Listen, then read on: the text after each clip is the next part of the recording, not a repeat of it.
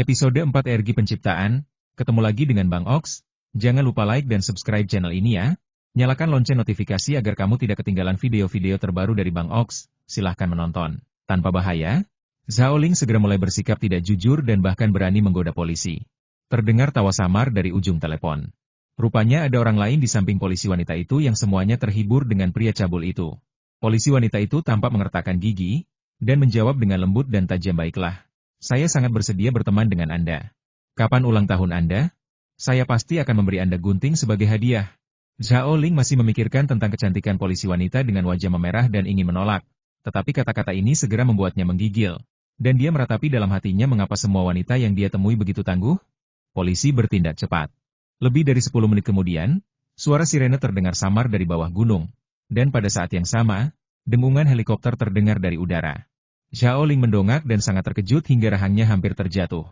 Saat helikopter masih di udara, sebuah tali tiba-tiba terlempar keluar. Kemudian lebih dari selusin pasukan khusus meluncur ke bawah tali tersebut. Begitu mereka mendarat di tanah, mereka dengan cepat membentuk formasi taktis, melindungi Zhao Ling dan Qin Inshui di tengah. Beberapa pasang mata seperti serigala mengamati sekeliling. Seluruh prosesnya bersih dan lancar, dan Zhao Ling hanya bisa menghela nafas. Inilah elit yang sebenarnya. Setelah memastikan bahwa tidak ada ancaman di sekitar, pasukan khusus meminta helikopter untuk mendarat. Pada saat yang sama, mereka dengan cepat memasang tandu dan menempatkan Qin Inshui di atasnya. Kemudian seorang prajurit pasukan khusus mengangkat kotak kata sandi di tanah dan berkata kepada Zhao Ling, "Halo, Anda adalah Zhao Ling. Nah, para teroris itu benar-benar mati. Mengapa mereka mengalami konflik internal? Saya tidak tahu. Saya hanya melarikan diri untuk hidup saya. Jadi mengapa saya harus begitu peduli?" Zhao Ling mengangkat bahu tanpa daya. "Oke, kamu bisa naik pesawat bersama kami nanti, dan kami akan segera membawamu kembali ke kota Dongjiang. Tubuhmu perlu diperiksa secepatnya." Ketika helikopter kembali terbang, Zhao Ling melihat tidak hanya polisi yang turun gunung, tetapi juga 4 atau 5 kendaraan militer. Saat ini, sekelompok tentara sedang keluar dari kendaraan dan segera melancarkan pencarian di gunung. Untungnya, dia telah membuat pengaturan di gunung untuk menghilangkan semua bukti pertempurannya melawan teroris, dan percaya bahwa dia dapat memastikan bahwa tidak ada yang meragukannya. Sedangkan untuk sutra laba-laba yang tergantung di tebing dan hutan, ia tidak pernah khawatir akan ketahuan, karena sutra laba-laba Spider-Man akan terurai dengan sendirinya dalam waktu setengah jam. Coba pikirkan, jika sutra laba-laba tidak dapat terurai, maka in-spider dunia manusia, bukankah semuanya ditutupi jaring laba-laba? Setelah kembali ke kota Dongjiang, Zhao Ling segera diatur untuk memasuki wisma militer. Menurut orang-orang dari militer, kelompok teroris masih memiliki kaki tangan di kota Dongjiang dan dapat menimbulkan ancaman bagi Zhao Ling kapan saja. Jadi Zhao Ling diminta untuk tinggal di wisma dengan pikiran tenang dan menunggu sampai mereka tersingkir. Semua teroris sebelum pergi. Zhao Ling tidak menolak dan tinggal di wisma dengan tenang selama setengah bulan. Selama periode ini, dia juga mempelajari kemampuan manufaktur yang baru ditingkatkan. Dia menemukan bahwa kekuatan produksi oranye hanyalah sebuah keajaiban. Saat membuat barang fantasi, selama fungsi dan tujuan barang tersebut diketahui, kristal asli dapat merancang sendiri model yang paling masuk akal, dan kemudian memproduksi barang tersebut. Misalnya, ketika dia membuat peluncur jaring laba-laba sebelumnya, Zhao Ling mengetahui bahwa sutra laba-laba memiliki viskositas yang kuat dan dapat terurai dengan sendirinya untuk mendesain model dengan sempurna. Adapun hal-hal lain, seperti rasio kimia sutra laba-laba, seperti bagaimana alat pelontar peluncur mengeluarkan sutra laba-laba, Zhao Ling tidak perlu mengkhawatirkannya. Ini seperti seorang kaisar ingin melakukan sesuatu. Selama dia memberitahu para menterinya tentang hasil yang diinginkan, mereka dengan sendirinya akan berusaha semaksimal mungkin untuk menyelesaikannya. Adapun metode yang digunakan para menteri atau proses melakukannya, tidak masalah sama sekali. Kaisar perlu mengkhawatirkan hal itu. Tentu saja, jika Anda dapat mengetahui detail data, prinsip pengoperasian, DLL saat membuat suatu barang, semakin sedikit waktu dan tenaga pembuatan yang dibutuhkan. Misalnya, ketika Zhao Ling membuat sarung tangan tokek sebelumnya, dia tahu bahwa prinsip yang digunakan sarung tangan tokek adalah gaya van der Waals, sehingga energi yang dikonsumsi dalam pembuatannya jauh lebih sedikit dibandingkan dengan peluncur jaring laba-laba. Terkadang Zhao Ling bertanya-tanya apakah memang ada kecerdasan buatan yang melampaui teknologi modern yang tersembunyi di dalam kristal energi asli? Selain itu, setelah dilakukan penelitian, Zhao Ling juga menemukan bahwa setelah kemampuan manufaktur ditingkatkan menjadi oranye, meskipun kesulitan pembuatan barang tetap perlu mempertimbangkan volume dan berat, hal tersebut tidak lagi menjadi faktor utama. Sekarang faktor terpenting adalah konten teknologi dari item tersebut. Semakin tinggi konten teknologinya, semakin sulit pembuatannya. Misalnya, konten teknologi pada armor Iron Man jelas jauh lebih tinggi daripada konten teknologi pada peluncur jaring laba-laba. Jadi dia sebelumnya membuat baja Xia Armor tidak berhasil. Selain 2 poin di atas, Zhao Ling juga menemukan bahwa ia dapat menyerap arus listrik dan terus meningkatkan kemampuan manufakturnya. Ia menduga bahwa arus listrik sebaiknya hanya digunakan sebagai sumber energi untuk meningkatkan kemampuan manufakturnya. Namun jika ingin mengupgrade kristal energi asli harus menyerap energi alien selain arus listrik. Sama seperti energi yang dihasilkan dari ledakan granat. Dan diperkirakan energi alien tersebut tidak tetap. Dan Anda ingin meningkatkannya lain kali, saya khawatir kita harus memilih energi lain. Tapi bagaimanapun juga, Zhao Ling tidak bisa menyembunyikan kegembiraannya. Dia hampir tidak berani memikirkan betapa kuatnya energi aslinya di masa depan. Mungkin suatu saat nanti, semua fantasi gila di benaknya akan menjadi kenyataan. Setengah bulan kemudian, Zhao Ling sedang makan siang di bangsal. Pintu tiba-tiba terbuka, dan seorang pria parubaya dengan karakter Tionghoa masuk.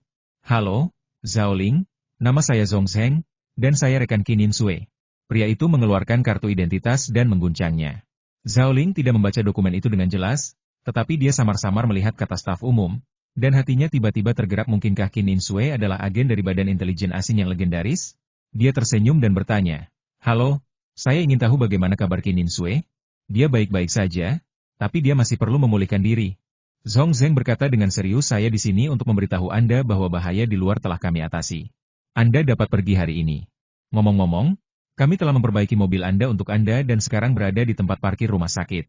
Di selain itu, kami juga telah memproses plat nomor kendaraan untuk Anda, dan ini kunci mobil Anda. Hehe, ada departemen intelijen yang membantumu mengajukan izin.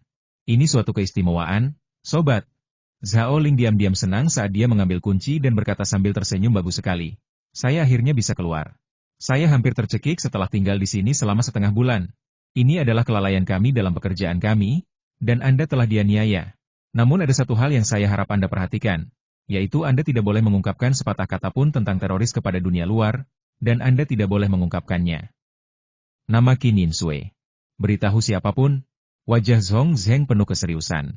Zhao Ling memiliki kepribadian yang tidak dapat disentuh dan merasa sangat tidak nyaman setiap kali berada di dekat orang-orang yang serius. Dia menggaruk kepalanya dan berkata, jangan khawatir, saya mengerti. Rahasiakan ini. Saya tidak ingin menimbulkan masalah bagi diri saya sendiri. Terima kasih telah bekerja sama dengan pekerjaan kami. Zhong Zheng mengangguk serius dengan wajah datar. Ibuku, saudaraku, tidak bisakah kamu tersenyum? Zhao Ling menyeringai. Berdiri di depan pria ini, dia merasa seperti sedang menghadapi seorang guru sekolah dasar. Setelah mengucapkan selamat tinggal kepada Zhong Zheng, Zhao Ling pergi ke tempat parkir untuk mengendarai mobil kesayangannya dan pulang ke rumah. Di tengah jalan menuju jembatan Dongjiang, lampu indikator bahan bakar di dashboard tiba-tiba menyala. Tidak mungkin, lagi pula, saya menyelamatkan salah satu agen Anda. Mengapa Anda tidak repot-repot mengisi tangki bensin untuk saya? Zhao Ling mengerutkan bibirnya, mengungkapkan rasa jijik yang kuat terhadap kekikiran departemen terkait. Ada sebuah pompa bensin di pinggir jalan di depan jembatan Dongjiang. Dia masuk, mengisi tangki bensin, dan hendak pergi setelah membayar uang. Mencicit, tiba-tiba, suara gesekan yang tajam dan tajam terdengar dari jembatan Dongjiang, disusul dengan ledakan yang keras. Menabrak. Semua orang melihat ke arah jembatan Dongjiang dan melihat sebuah Passat yang diparkir miring di tengah jembatan. Kap mobilnya menggembung akibat benturan. Saat ini, separuh badan bus sekolah sudah tergantung di luar jembatan, seperti jungkat-jungkit. Bagian depan bus terus bergetar naik turun di udara, seolah-olah sewaktu-waktu akan jatuh. Bahkan orang dewasa pun akan ketakutan dan panik jika menghadapi hal seperti itu, apalagi sekelompok anak-anak yang usianya tidak lebih dari 5 atau 6 tahun. Saya melihat seorang guru di dalam bus sekolah dengan cemas berusaha menghibur dan membujuk anak-anak untuk berkumpul di belakang bus agar pusat gravitasi bus sekolah dapat digeser ke belakang agar tidak terjatuh hanya berteriak dan menangis. Tidak bisa mendengar apa yang dikatakan guru, melihat wajah-wajah kecil yang ketakutan dan pucat, menatap sepasang mata yang ragu-ragu dan tidak berdaya. Darah Zhao Ling mengalir deras ke atas kepalanya, dan hanya ada satu pikiran yang tersisa di hatinya selamatkan orang. Tapi bagaimana cara menabung? Sekarang jembatan Dongjiang telah dikelilingi oleh orang banyak, dan tidak mungkin untuk terburu-buru masuk untuk sementara waktu. Pikirannya berpacu, dan ketika dia melihat gedung tinggi di sebelah pompa bensin, matanya tiba-tiba berbinar, dan dia segera berlari ke gang terpencil di belakang gedung itu. Di gang, tubuh Zhao Ling bersinar dengan cahaya oranye. Dia langsung menggunakan kekuatan produksinya untuk mengubah pakaiannya menjadi setelan Spider-Man. Kemudian dia membuat peluncur jaring laba-laba dan sarung tangan tokek, lalu dengan cepat memanjat dinding menuju atap. Di atas jembatan, lokasi kecelakaan sudah dikerumuni massa. Pengemudi Passat sudah keluar dari mobil dan duduk di tanah tidak mampu berdiri. Dia adalah seorang pria parubaya berusia 40-an dengan kepala gemuk. Wajahnya merah dan dia berbau alkohol, jelas mengemudi di bawah pengaruh. Tapi sekarang tidak ada yang peduli dengan pengemudinya, dan perhatian semua orang terfokus pada bus sekolah. Saya melihat bus sekolah masih bergetar naik turun. Setiap kali bagian depan mobil terjatuh, orang-orang akan berteriak. Beberapa orang mencoba menarik kembali bus sekolah tersebut, namun tidak berhasil sama sekali. Tusuk. Tiba-tiba, dengan suara gesekan yang keras, bus sekolah tersebut akhirnya mulai meluncur menuruni jembatan secara bertahap. Orang-orang cemas dan bingung, tidak tahu harus berbuat apa. Beberapa orang menutup mata, tidak ingin melihat pemandangan tragis ini. Jika bus sekolah benar-benar jatuh ke sungai, anak-anak itu tidak akan selamat. Tepat ketika semua orang merasa putus asa, tiba-tiba seutas tali putih melesat dari atas kerumunan dan menempel di jembatan. Lalu terdengar teriakan bernada tinggi dari jauh dan dekat. Semua orang melihat ke atas ke langit dan melihat tali putih terhubung ke puncak sebuah gedung tinggi. Dan seseorang sedang meluncur ke bawah tali tersebut. Melihat setelan merah dan biru yang familiar, mata semua orang membelalak dan berseru, "Spider-Man? Bagaimana mungkin? Aku tidak sedang bermimpi, kan? Apa karena kamu sedang membuat film? Pernahkah kamu mendengar bahwa Hollywood punya rencana baru untuk membuat Spider-Man?" Zhao Ling mengikuti benang laba-laba dan mendarat di lokasi kecelakaan, lalu segera bergegas ke jembatan. Pada saat ini, bus sekolah akhirnya jatuh ke arah jembatan, dan hati orang-orang berdebar kencang. Tanpa ragu, dia mengulurkan tangannya dan menekan tombol pelatuk. Dalam sekejap, dua helai sutra laba-laba terlepas dan langsung menempel di bus sekolah. Kemudian, sebelum benang laba-laba itu dikencangkan, dia langsung menempelkan ujung lainnya ke bus sekolah menjembatani. Zheng! Sesaat kemudian, kedua helai sutra laba-laba itu ditarik lurus, dan akhirnya bus sekolah itu melayang di udara. Hah! Semua orang menghela nafas lega dan mengalihkan perhatian mereka ke Zhao Ling. Mereka melihat dengan mata kepala sendiri bahwa tangan Zhao Ling baru saja mengeluarkan sutra laba-laba, jadi mereka bertanya-tanya, benarkah semua yang ada di film itu benar? Apakah benar ada Spider-Man di dunia ini? Zhao Ling tidak peduli dengan apa yang dipikirkan semua orang, karena anak-anak tidak aman saat ini, dan dia harus mencari cara untuk menaikkan bus sekolah. Menatap lampu jalan di samping jembatan, Zhao Ling merasakan sesuatu di dalam hatinya. Dia segera melepas sarung tangan tokek yang diikatkan di belakang punggungnya dan memakainya, lalu dengan cepat naik ke atas lampu jalan. Dia mengendarai leher lampu jalan yang melengkung dan menembakkan benang sutra laba-laba untuk menghubungkan kedua lampu jalan. Semua orang begitu heboh saat melihat adegan ini. Mereka tidak menyangka kalau adegan di film itu benar-benar terjadi di sekitar mereka. Semua tua dan muda di sini, kenapa kamu tidak datang dan membantu menyelamatkan orang? Teriak Zhao Ling kepada semua orang. Sekelompok orang saling memandang, dan tiba-tiba seorang pria kuat muncul dari kerumunan Spider-Man. Baiklah, kakak, katakan padaku, apa yang bisa kami bantu? Orang-orang lain juga bereaksi dan bergegas maju. Ya, saudara, tolong beritahu saya, penting untuk menyelamatkan orang. Mengapa kamu meremehkan kami para wanita? Saudari, ayo naik dan bantu. Saat seorang bibi berteriak, para wanita juga bergegas satu demi satu. Lokasi kecelakaan itu penuh dengan emosi, dan semua orang menunggu Zhao Ling memberi perintah. Zhao Ling tidak ragu-ragu, dan segera menembakkan untaian sutra laba-laba, menempelkannya ke bus sekolah di bawah jembatan, dan kemudian melemparkan ujung lainnya ke semua orang. Semuanya ambil benang laba-laba dan tarik bersama-sama ketika Anda mendengar perintah saya. Kami mengerti, tapi saudara Spider-Man, beberapa benang laba-laba ini tidak cukup. Jangan khawatir, ada banyak sutra laba-laba. Jawab Zhao Ling dan segera menembakkan sutra laba-laba itu lagi. 1 batang, 2 batang, 3 batang, 10 batang, 20 batang. Pada akhirnya, Zhao Ling menembakkan total 200 sutra laba-laba, yang semuanya tertangkap di tangan semua orang. Adegan itu hening. Zhao Ling menarik napas dalam-dalam dan berteriak sekuat tenaga, semuanya dengarkan slogan saya. 1, 2, 3, tarik 1, 2, 3, tarik. Mengikuti slogan tersebut, 200 orang yang memegang benang laba-laba menarik kembali secara berirama, sementara orang lain dengan tangan kosong menjulurkan leher untuk membantu meneriakkan slogan tersebut. Ada kekuatan dalam jumlah, dan apa yang dikatakan orang hebat itu memang benar. Bus sekolah yang berat itu perlahan-lahan ditarik dengan upaya bersama dari semua orang, dan kemudian dengan hati-hati ditempatkan di jembatan. Kegembiraan selamat dari bencana membuat anak-anak di dalam bus sekolah bertepuk tangan. Meski air mata di wajah kecil polos mereka belum kering, namun diliputi senyuman manis. Terdengar sorak-sorai kegembiraan di atas jembatan. Hahaha. Kita berhasil.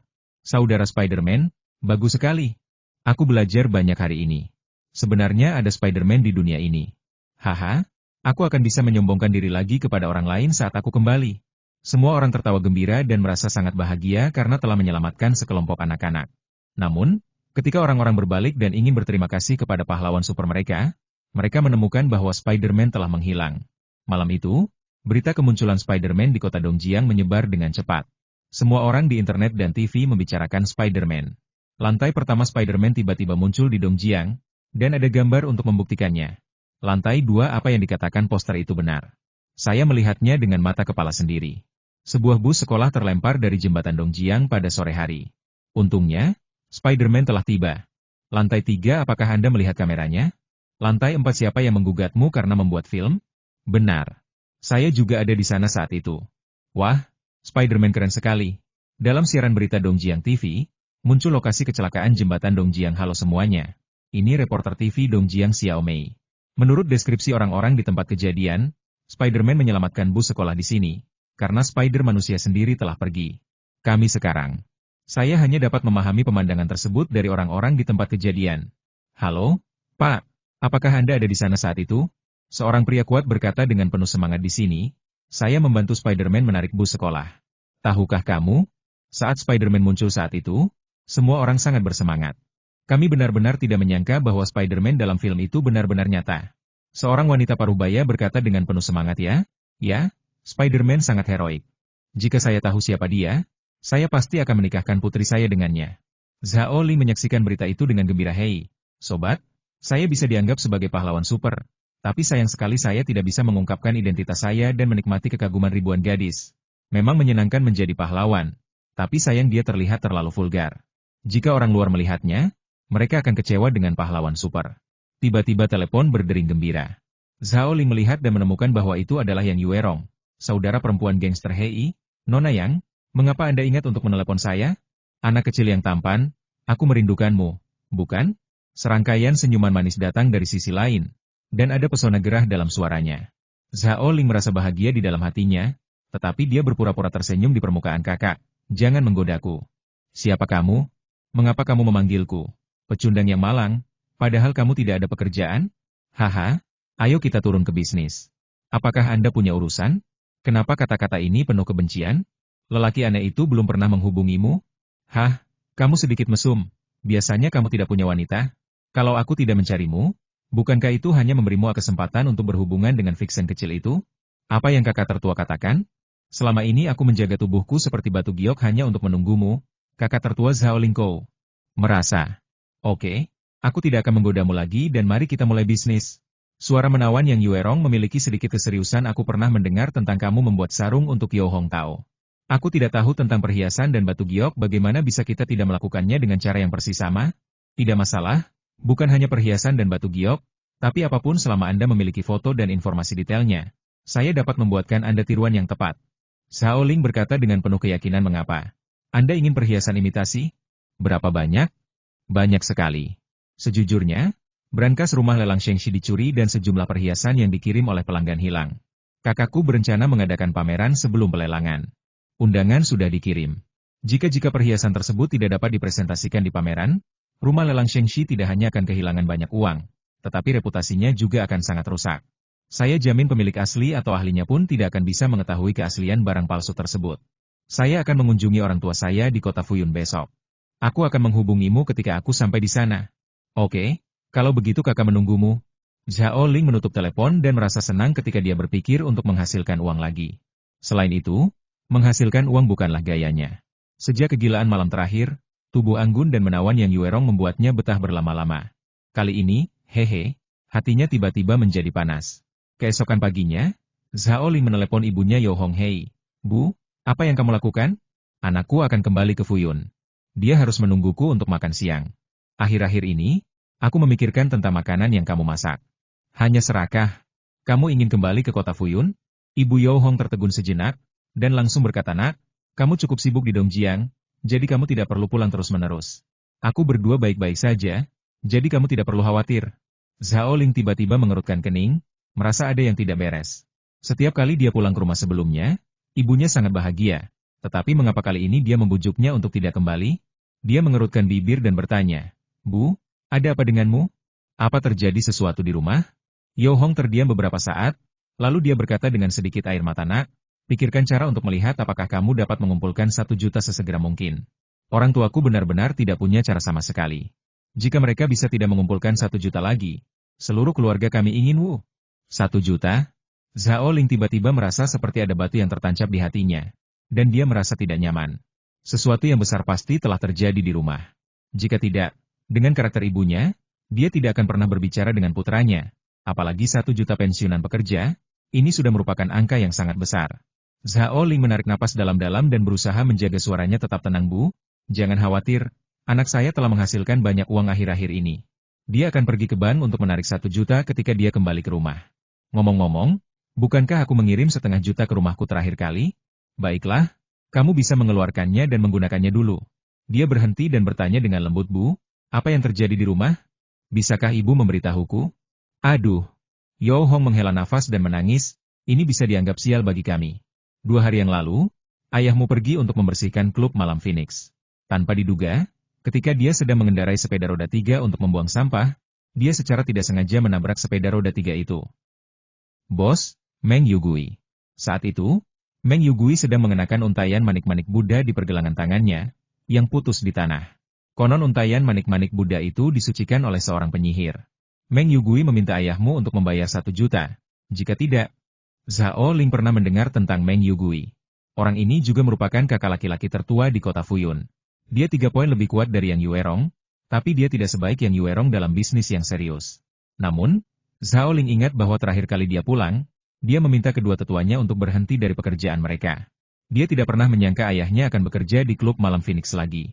Dia tidak bertanya kenapa. Tak perlu memikirkan alasannya, ayah pasti ingin mendapat uang lebih untuk membantu anaknya memujinya selagi kakinya masih kuat. Inilah kebaikan besar orang tua. Mereka tidak memedulikan diri mereka sendiri. Satu-satunya hal yang ingin mereka lakukan adalah berbuat lebih banyak untuk anak-anak mereka selagi mereka masih hidup. Zhao Ling merasa tidak nyaman di hatinya Bu. Di mana ayah? Biarkan dia bicara dengan saya. Yo Hong ragu-ragu sejenak, lalu tersedak dan berkata kemarin, ayahmu dihadang oleh sekelompok orang di jalan dan mengancam akan membayarnya. Mereka juga menyerangnya. Akibatnya, kaki ayahmu patah dan dia di rumah sakit sekarang. Ayahmu tidak membiarkanmu pergi.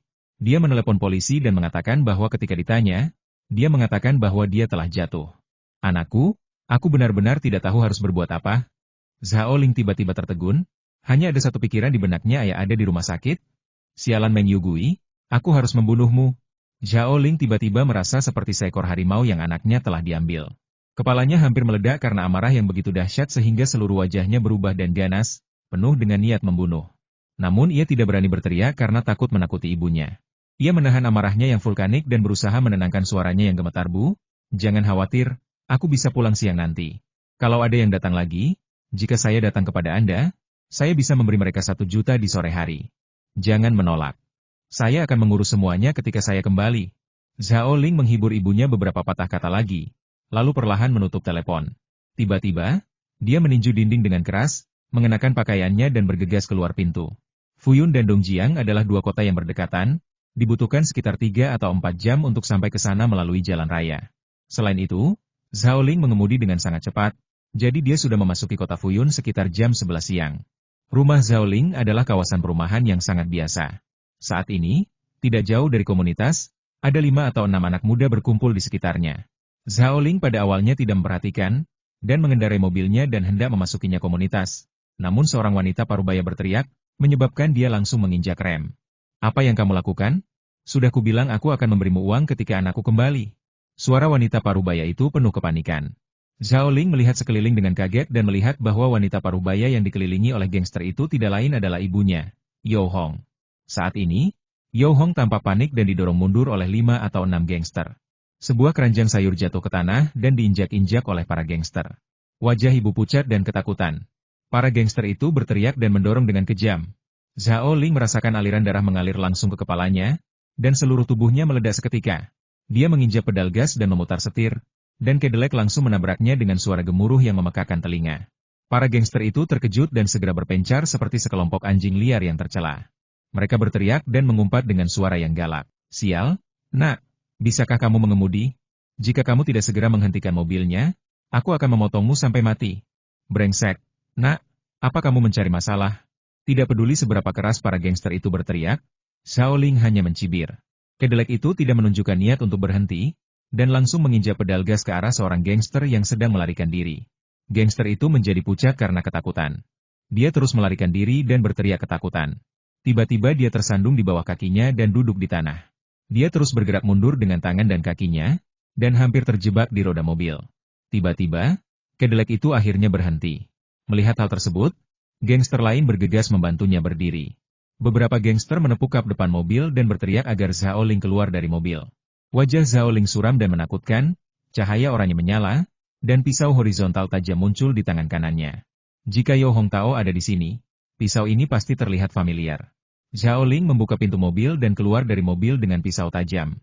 Seorang gangster bergegas menghampirinya sambil berteriak dan mengumpat. Mata Zhao Ling bersinar dengan ganas, dan dia mengangkat tangannya dan menebasnya dengan pisau.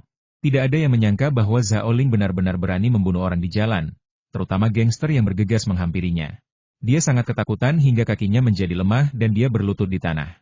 Untungnya, pisau horizontal Zhao Ling hampir menyerempet dahi gangster itu dan menebas pohon kecil di dekatnya. Gangster itu tercengang. Jika pisau itu benar-benar mengenai dia, kepalanya pasti akan terpenggal. Melihat Zhao Ling hendak mengangkat pisaunya lagi, Yo Hong berteriak dengan cemas dari belakang Suksu, berhenti berkelahi, "Ibu baik-baik saja, ibu baik-baik saja." Dia benar-benar takut putranya akan membunuh seseorang secara impulsif. Lalu kenapa? Seluruh. Zhao Ling menghentikan tangannya, menunjuk ke arah para gangster dan berkata, "Sialan, Meng Yugui memintamu untuk datang ke sini lagi? Sialan, menindas orang tua bukanlah apa-apa, biarkan dia datang kepadaku untuk apapun. Siapa yang berani datang ke rumahku? Ayah lain kali? Bu, aku akan membunuhnya hidup-hidup." "Nak, jaga kebersihan mulutmu, kenapa kamu begitu gila?" Seorang gangster berteriak dengan payudara terangkat, tetapi ketika dia melihat Zhao Ling melotot dan mengayunkan pedangnya lagi, dia segera menciutkan lehernya dan tidak berani berbicara. Para gangster lainnya juga saling memandang, bertanya-tanya apa yang harus mereka lakukan. Mereka benar-benar ketakutan dengan tatapan tajam Zhao Ling. Pisau horizontal itu benar-benar memotong batang pohon. Meskipun ada 5 atau 6 orang, jika mereka mengambil tindakan, saya tidak tahu apakah Zhao Ling akan mendapat masalah, tetapi mereka pasti akan memar. Tetapi jika kita kembali seperti ini, kita tidak dapat berkomunikasi dengan Meng Yugui. Jadi untuk sementara, para gangster bisa pergi atau tetap tinggal. Sekelompok pengecut yang menindas yang lemah dan takut pada yang kuat. Bah! Zhao Ling mencibir dan meludah, mengarahkan pisau horizontal ke beberapa gangster dan berkata, "Oke, mengapa kamu masih di sini? Kembalilah dan beritahu Meng Yugui bahwa saya akan pergi ke klub malam Phoenix pada sore hari untuk memberinya uang dan biarkan dia menunggu." Saya. Para gangster itu saling memandang, dan salah satu dari mereka mengucapkan kata-kata kasar yang sangat kuno. "Nak, aku akan mengingatmu. Aku akan menunggumu di klub malam pada sore hari. Aku akan melihat apakah kamu masih berani menjadi sombong." Setelah itu, beberapa orang berbalik dan berlari lebih cepat dari kelinci. "Bu, kamu baik-baik saja?" Zhao Ling berjalan ke arah Yo Hong dan bertanya dengan lembut. "Tidak apa-apa, ibu baik-baik saja." Mata Yo Hong memerah karena kegembiraan, dan dia menyentuh tubuh putranya dengan tangan tertekan Suksu. "Kamu menakuti ibu. Jangan melakukan hal-hal sepele di masa depan. Jika kamu benar-benar meretas seseorang untuk melakukannya kematian tadi, ditangkap polisi dan dijatuhi hukuman, apa yang akan ibumu lakukan selanjutnya?" "Bu, jangan khawatir. Aku hanya mencoba menakut-nakuti mereka. Anakmu tidak bodoh. Bagaimana dia bisa membunuh seseorang?" Konon, Zhao Ling sebenarnya tahu di dalam hatinya bahwa dia benar-benar memiliki niat membunuh di dalam hatinya sekarang. Tapi bagaimana dia bisa mengatakan hal seperti itu dan membuat ibunya khawatir? Dia mengambil keranjang sayur di tanah, mengganti topik pembicaraan dan berkata, "Bu, apakah kamu membeli sayuran untuk dimasak untuk ayah?" "Ya, aku takut ayahmu tidak terbiasa dengan makanan rumah sakit. Jadi aku berencana memasaknya sendiri dan mengirimkannya ke rumah sakit nanti. Tapi aku tidak menyangka itu setelah aku kembali dari belanja bahan makanan." "Tidak apa-apa, Bu. Ayo kita belanja bahan makanan. Aku akan pergi ke rumah sakit bersamamu untuk menemui ayah nanti. Ayo, tumpangi mobil baru anakmu." "Haha, aku bahkan membeli mobil. Sepertinya anakku benar-benar sejahtera. Orang tuaku harus bergantung padamu di masa depan. Kalau begitu, kalau kamu tidak mengandalkan anakmu, siapa yang bisa kamu andalkan?" Hehe. Di bangsal rumah sakit pertama kota Fuyun, Zhao Yuanchao, yang kakinya diplester, menghela nafas. "Oh, ini semua salahku. Jika aku tahu, aku akan mendengarkanmu. Itu akan terjadi, lebih baik diam saja di rumah." 1 juta ini 1 juta, dan itu diberikan begitu saja kepada orang seperti ini. "Ayah, tidak apa-apa. Tidak ada alasan untuk berdebat dengan orang seperti Meng Yugui. Anggap saja membuang-buang uang untuk menghilangkan bencana. Selama kamu dan ibu baik-baik saja." Zhao Ling menghibur ayahnya dan mencoba bercanda dengan nada santai. "Ayah, Anak saya telah menghasilkan banyak uang akhir-akhir ini. Sejujurnya, dia sakit kepala setelah menghasilkan begitu banyak uang. Saya tidak tahu bagaimana cara membelanjakannya. Itu kebetulan kamu memberiku kesempatan untuk mengeluarkan uang. Hei, kepalaku tidak akan sakit lagi. Nak, kamu hanya berbicara omong kosong, kamu selalu berbicara omong kosong. Ibuku sangat marah dan lucu sehingga dia menepuk Zhao Ling dari belakang. Zhao Yuanchao juga merasa geli. Dia menggelengkan kepalanya tanpa daya, tidak perlu mengeluarkan biaya 1 juta pun untuk menyerahkan masalah ini kepada orang lain. Tetapi Meng Yugui terlalu percaya tahayul. Dia menganggap untaian manik-manik Buddha sebagai pusaka keluarga. Pusaka apa? Menurutku Meng Yugui hanya menganggapmu jujur, jadi itu sebabnya kamu membuka mulutmu. Tidak, Meng Yugui terkenal karena tahayulnya. Zhao Yuanchao menjadi tertarik. Nak, tahukah kamu bahwa banyak orang mengatakan bahwa tahayul Meng Yugui hanyalah gangguan obsesif kompulsif? Saya mendengar bahwa orang ini harus bertanya kepada ahli Feng Shui tentang semua yang dia lakukan. Jenis selimut apa dia? Dan ke arah mana dia bangun dari tempat tidur di pagi hari? Anda harus bertanya kepada ahli Feng Shui tentang warna cangkir obat kumur dan kaki mana yang harus melangkah terlebih dahulu meskipun orang tersebut tidak memiliki toilet di rumah. Hanya karena ahli Feng Shui mengatakan bahwa toilet adalah tempat berkumpulnya kotoran, bukankah menurutmu orang ini sakit? Zhao Ling tercengang. Dia benar-benar tidak menyangka akan ada orang yang percaya tahayul akhir-akhir ini. Bukankah orang ini bersalah karena melakukan terlalu banyak hal buruk? Saya kira begitu. Jika orang seperti ini tidak melakukan hal-hal baik dalam hidupnya, cepat atau lambat Tuhan akan menanganinya. Klub Malam Phoenix merupakan salah satu klub malam terpopuler di kota Fuyun. Namun tidak banyak pelanggan yang datang pada siang hari. Setelah meninggalkan rumah sakit pada pukul 3 sore, Zhao Ling langsung pergi ke klub Malam Phoenix. Ketika dia masuk ke lobi, dia melihat lebih dari selusin orang menonton pertunjukan tanpa melakukan apapun. Bermain dengan beberapa gadis kecil yang mengenakan pakaian berat dandan. Ledakan. Zhao Ling melemparkan koper besar di tangannya ke tanah, mengeluarkan sebatang rokok dan menyalakannya. Dia tidak pernah merokok. Tetapi sekarang ayahnya masih di rumah sakit, dia merasa sangat kesal. Apakah kamu kehabisan napas? Di mana Meng Yugui? Bawa aku menemuinya. Zhao Ling menghisap rokok dan berkata dengan santai. Sekelompok gangster datang, memandang Zhao Ling dari atas ke bawah, dan berkata dengan senyum sinis, kamu adalah putra Zhao Yuanchao, kan? Saya mendengar bahwa kamu sangat sombong di pagi hari, tetapi sekarang kamu tidak terlihat seperti apapun. Aku tidak ingin bicara omong kosong padamu. Ada 1 juta di dalam koper. Bawa aku menemui Meng Yugui, kata Zhao Ling tanpa mengangkat matanya. Kamu bisa mengeluarkan 1 juta dengan santai. Sepertinya kamu bukan karakter biasa. Kamu akan tahu apa peranku sebentar lagi.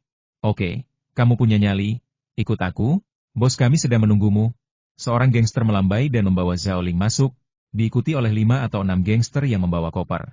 2 menit kemudian, beberapa orang masuk ke sebuah ruangan pribadi yang besar, di mana sekelompok pria dan wanita bernyanyi sekuat tenaga. Pemimpinnya adalah seorang pria parubaya pendek gemuk berusia 40-an. Yang pasti adalah Meng Yugui. Melihat Zhao Ling dan yang lainnya masuk, orang-orang itu segera mematikan suara stereo dan menyalakan lampu. Meng Yugui mengusap tubuh halus wanita di sebelahnya. Dia berbau alkohol yang kuat dan wajahnya semerah pantat monyet. Apakah kamu putra Zhao Yuanchao? Zhao Ling meninggalkan puntung rokoknya di tanah, menginjaknya 2 kali, lalu duduk dengan malas di sofa. Bos Meng, jangan banyak bicara yang tidak masuk akal, hitung saja uangnya, dan kami akan menyelesaikan masalah ini.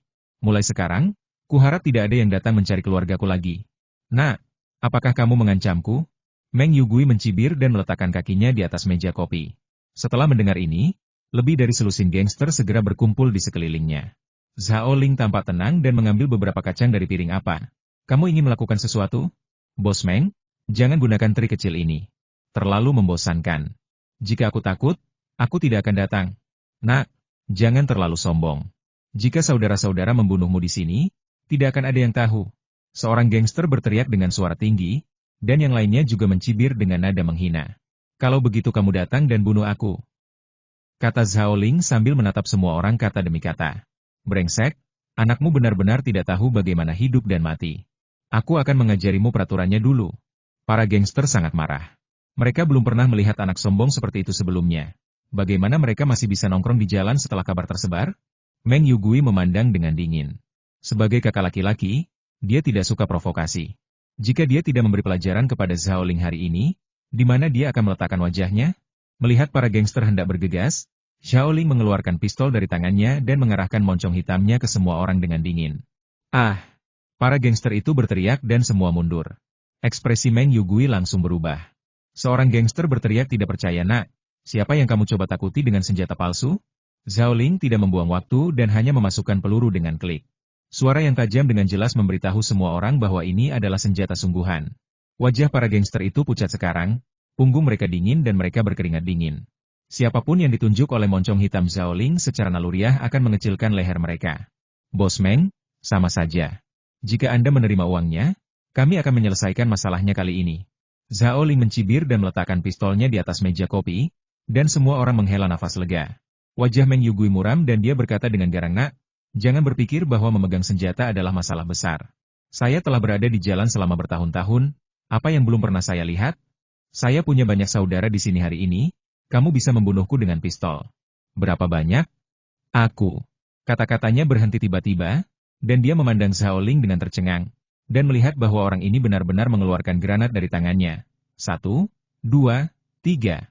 Sebanyak 10 granat ditempatkan di atas meja kopi. Kaki sekelompok gangster lemah. Mereka memandang Zhao Ling seolah-olah sedang melihat orang gila sial. Siapa anak ini? Pertama pistol, dan kemudian sekarang sebuah granat. Apa-apaan ini? Apakah kamu benar-benar akan mempertaruhkan nyawamu? Zhao Ling perlahan mengambil sebuah granat, memegang pecahan peluru pengaman, dengan lembut mengeluarkan teh pengamannya, dan melambaikannya di depan semua orang. "Hei, pernahkah kamu ingin mencoba melihat apakah granat ini asli?" Seorang gangster duduk di tanah dan memohon belas kasihan dengan air mata mengalir di wajahnya. "Saudaraku, kami salah. Kamu masukkan kembali tapnya dulu. Benda ini benar-benar bisa membunuh seseorang jika kamu tidak hati-hati." Para gangster lainnya juga tidak lebih baik. Wajah mereka pucat dan seluruh tubuh mereka gemetar ketakutan. Meng Yugui menjadi jujur sekarang, dia tergagap. "Saudaraku, saudara, jika ada yang ingin kamu katakan, tolong masukkan kembali tapnya dulu." Dia meraung dalam hatinya, "Siapa orang ini? Seorang gangster? Apakah kamu masih kejam?" Zhao Ling mengayunkan granatnya, tetapi tidak mau memasukkan cincinnya kembali. Mata sekelompok orang mengikuti tangannya, dan mereka khawatir, takut jika dia melepaskannya secara tidak sengaja, semuanya akan berakhir. Ketika Meng Yugui melihat bahwa Zhao Ling mengabaikannya, dia menampar wajahnya seperti binatang buas. "Saudaraku, kamu minta saja apapun yang kamu inginkan. Aku akan menjanjikan apapun padamu hari ini."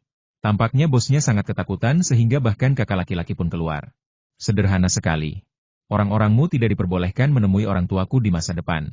Bahkan jika terjadi sesuatu, datang saja padaku." Oke. Aku tidak mencari orang tuamu, aku mencarimu." "Ah, tidak. Semuanya akan baik-baik saja mulai sekarang. Kita akan menjadi saudara yang baik mulai sekarang, dan aku tidak akan pernah merepotkanmu." Meng Yugui berbicara dengan tidak jelas, dan lidahnya hampir terikat. "Kamu cukup pintar untuk membayar sejumlah uang terlebih dahulu." Zhao Ling memasukkan kembali cincin itu dan kemudian duduk kembali di sofa. Granat itu memantul di tangannya. Meng Yugui hampir terkena serangan jantung. Dia segera memerintahkan anak buahnya, cepat dapatkan uang, bajingan." "Kenapa tidak? Kamu tidak mengedipkan mata sama sekali? Kenapa kamu masih menunggu kalau kamu tidak melihat adikku?" Para gangster itu gemetar, bergegas membuka koper, dan mulai menghitung uang dengan tergesa-gesa. Namun, melihat mata mereka mengembara dan linglung, sungguh sulit untuk memastikan keakuratan penghitungan uang.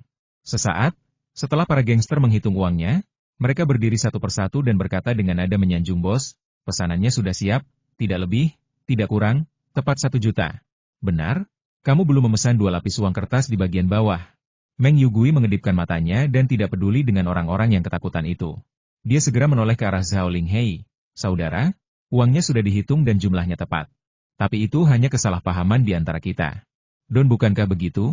Ambil kembali uang itu. Jika aku benar-benar mengambil uangmu, itu akan sangat merugikan persaudaraan kita. Tidak masalah, uang itu akan digunakan untuk menjadikanmu berteman dengan Bos Meng. Mau tidak mau, kami harus berurusan denganmu di masa depan, dan aku ingin kamu menjagaku, Bos Meng." Zhao Ling tersenyum dan menyimpan semua pistol dan ranjau, lalu mengeluarkan 20 uang kertas dari bungkusannya dan melambai ke Meng Yugui. "Bos Meng, sepertinya kamu belum membayar gaji ayahku bulan ini." "Hehe, ini 2.000 adalah dianggap gaji. Selamat tinggal." Sekelompok orang tidak bisa tertawa atau menangis. Orang ini sangat tidak masuk akal, dia telah membayar 1 juta yuan dan dia masih meributkan 2.000 yuan. Saat pintu ditutup dengan keras, semua orang di ruangan itu menghela nafas lega. Setelah beberapa saat, seorang gangster tersenyum datar dan berkata, "Bos, anak ini terlalu sombong. Jika kamu tidak bisa melakukannya lagi, aku akan membawa saudara-saudaraku untuk membunuhnya sekarang." Meng Yugui memandangi gangster itu, tiba-tiba mengambil asbak dan membuangnya, dan membuka sendok itu kepada gangster itu dengan keras. "Sialan, kenapa kamu tidak mengatakan apa-apa sekarang, dan sekarang kamu tampil untukku? Sialan, Bahkan kamu tidak menemukan kesempatan untuk menyanjungku. Dia melihat sekeliling ke pria lain sudah kubilang, tidak ada yang boleh main-main dengan anak itu sampai dia mengetahui identitas aslinya. Apa menurutmu sembarang orang bisa menakutiku dengan granat? Sialan, aku tidak tahu. Punya siapa-siapa. Aku pernah melihatnya sebelumnya. Ya, pria itu baru saja memasang ekspresi mematikan. Menurutku dia pasti pernah membunuh seseorang sebelumnya. Begitu orang yang putus asa seperti ini mendapat masalah, dia akan benar-benar berani mempertaruhkan nyawanya denganmu. Dia menebak dengan benar. Zhao Ling telah membunuh teroris belum lama ini, dan jumlahnya lebih dari satu. Ya, bos. Sekelompok gangster setuju dengan gemetar. Tapi ini belum berakhir. Suruh aku turun dan periksa latar belakang orang ini. Sialan, beraninya kau pamer padaku. Meng Yugui sangat marah sehingga dia mengertakkan gigi dan meninju meja kopi. Dia tidak akan pernah menyerah.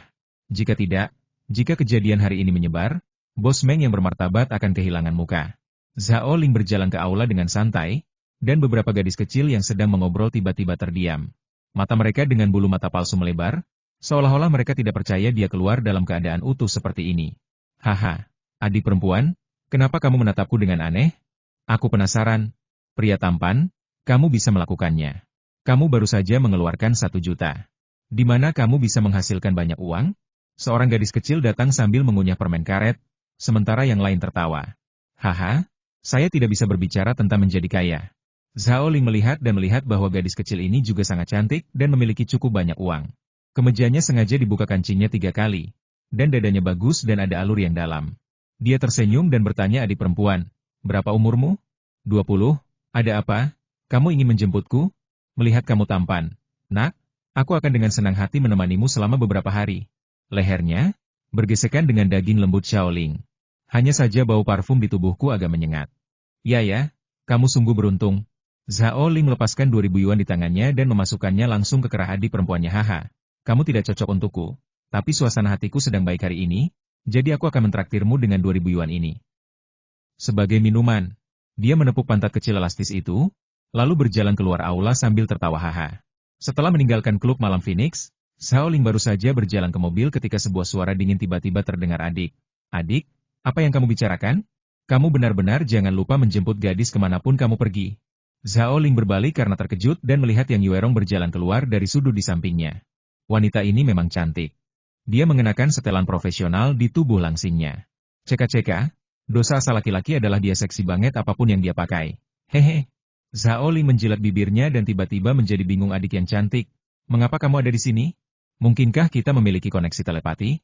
Mulutmu tidak jujur, kamu paling jago menggoda wanita. Yang Yuerong memutar matanya dan berjalan dengan anggun dengan sepatu hak tinggi. Bagaimana kabarmu? Meng Yugui tidak mencabik-cabikmu. Katakan padaku, saudari, bagaimana kamu menghadapinya? Zhao Ling tertegun sejenak. Bagaimana Anda tahu bahwa saya datang menemui Meng Yugui? Jangan kaget, saya juga punya saham di Phoenix Night Club. Meskipun saya tidak berpartisipasi dalam manajemen, Anda tidak bisa menyembunyikan apapun yang terjadi di sini. Yang Yuerong tersenyum tenang, dengan suasana tenang dan mendominasi dalam mengendalikan segalanya. Zhao Ling diam-diam mengerutkan kening. Dia tidak menyangka Yang Yuerong sebenarnya adalah rekan Meng Yugui. Zhao Ling adalah orang yang mengambil keuntungan tanpa kalah. Ayahnya sendiri dipukuli. Bagaimana dia bisa membiarkan musuhnya pergi begitu saja? Alasan mengapa dia datang ke sini hari ini adalah untuk menstabilkan Meng Yugui terlebih dahulu dan mencegah pihak lain mengambil tindakan untuk saat ini. Dengan cara ini, orang tuanya akan aman terlebih dahulu. Dan kemudian dia akan menangani Meng Yugui selangkah demi selangkah. Selain itu, dalam rencananya, dia juga akan menggunakan kekuatan Yang Yuerong. Tetapi sekarang sepertinya dia harus mempertimbangkan kembali rencananya. Yang Yuerong memandang Zhao Ling yang tiba-tiba terdiam, dan kecantikannya tiba-tiba berkembang. Wah, saya tahu apa yang Anda pikirkan. Jangan khawatir, hubungan saya dengan Meng Yugui tidak jauh lebih baik daripada hubungan musuh. Dia menginginkan milikku kekayaan dan seks, tapi aku menginginkan segalanya kecuali tubuhnya. Dari akun Yang Yuerong, Zhao Ling mengetahui bahwa Meng Yugui sebenarnya adalah bawahan dari bos ketiga yang dia ikuti. Saat itu, keduanya bergabung dan mengirim bosnya ke penjara, dan juga membagi semua harta benda satu sama lain. Tapi kedua orang ini sebenarnya sama-sama kanibal. Tanpa bos yang menahan mereka, mereka berdua awalnya rukun, tapi kemudian mereka terus-menerus mengalami perselisihan mati. Dan harus dikatakan bahwa hanya sedikit pria yang bisa menolak pesona Yang Yuerong. Bahkan Meng Yugui selalu mendambakan kecantikan Yang Yuerong selain berkelahi. Zhao Ling diam-diam tercengang ketika mendengar ini.